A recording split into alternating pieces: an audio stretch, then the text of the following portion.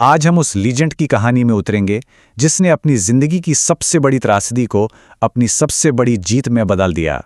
हम बात कर रहे हैं मिल्खा सिंह की। ये मिल्खा सिंह के पिता के आखिरी शब्द थे। सोचिए, एक बच्चे के जहन में ये शब्द कैसे गूंजते होंगे।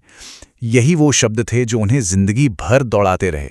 1947 का विभाजन, एक ऐसी घटना जिसने उत्तरी भारत में करीब करीब 1.2 करोड़ लोगों को अपना घर-बार छोड़ने पर मजबूर कर दिया। और इसी हिंसा और अफरा तफरी के माहौल ने मिल्खा के बचपन को हमेशा हमेशा के लिए बदल दिया। मिल्खा के जीवन का सफर एक बहुत बड़े सदमे से शुरू होता है। वो सदमा था अपने ही माता पिता को अपनी आंखों के सामने मरते हुए देखना, और फिर वहां से एक नई अनजान जिंदगी की तरफ बेतहाशा भागना।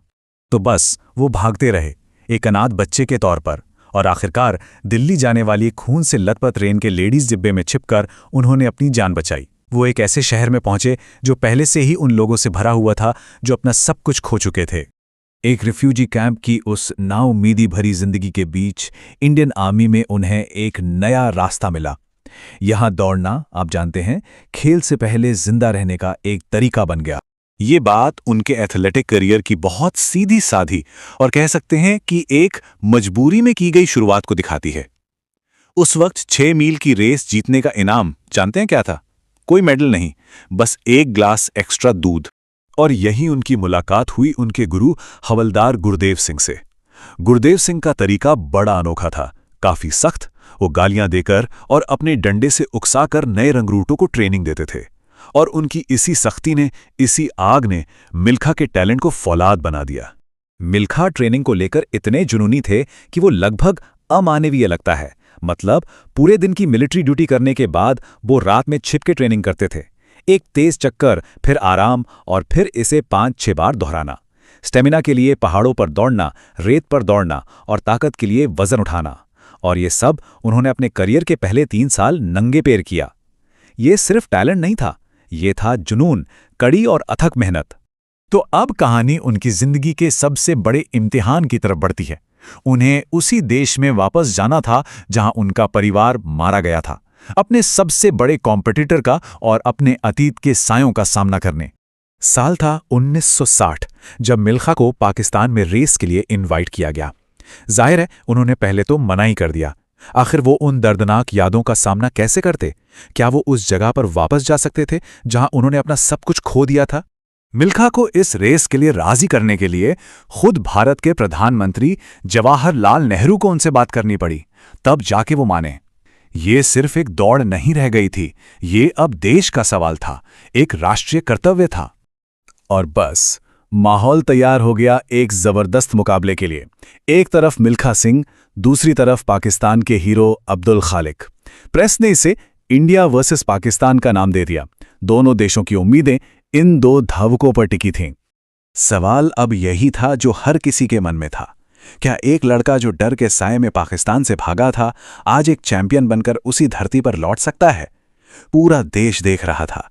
क्या मिल्खा अपने अंदर के डर पर जीत हासिल कर पाएंगे? और मिल्खा दौड़े। 200 मीटर की रेस उन्होंने जीती सिर्फ 20.7 सेकंड में। इस रफ्तार ने लाहौर के खचाखच भरे स्टेडियम में जैसे सन्नाटा ला दिया। और ये टाइमिंग, इसने सिर्फ रेस ही नहीं जिताई, बल्कि वर्ल्ड रिकॉर्ड की बराबरी कर ली। ये सिर्फ एक जीत नहीं थी, ये एक वर्ल्ड क्लास परफॉर्मेंस थी। उन्होंने न सिर्फ अपने कॉम्पिटिटर को हराया, बल्कि इतिहास को चुनौती दे डाली।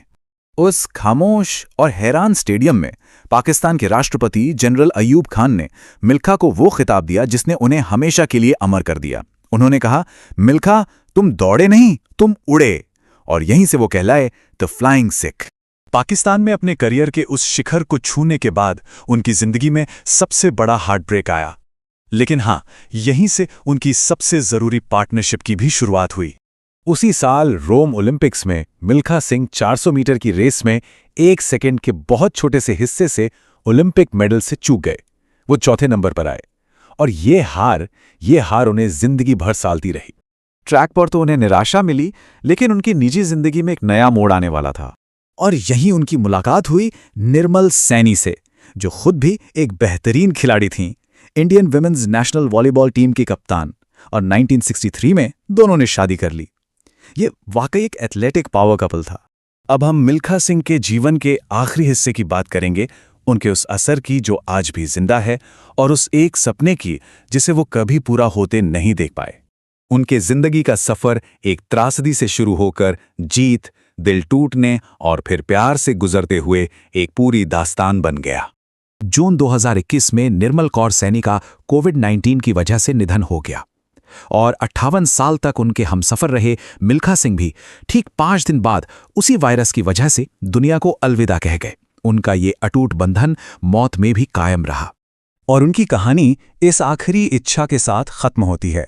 वो चाहते थे कि कोई भारतीय एथलीट उस ओलंपिक मेडल को जीते जो उनके हाथों से फिसल गया था। ये एक ऐसी विरासत है, एक ऐसी ख्वाहिश है जिसे उन्होंने आने वाली पीढ़ी को सौंप दिया। और सवाल आज भी वही है, क्या भारत कभी उनकी ये इच्छा पूरी कर पाएगा?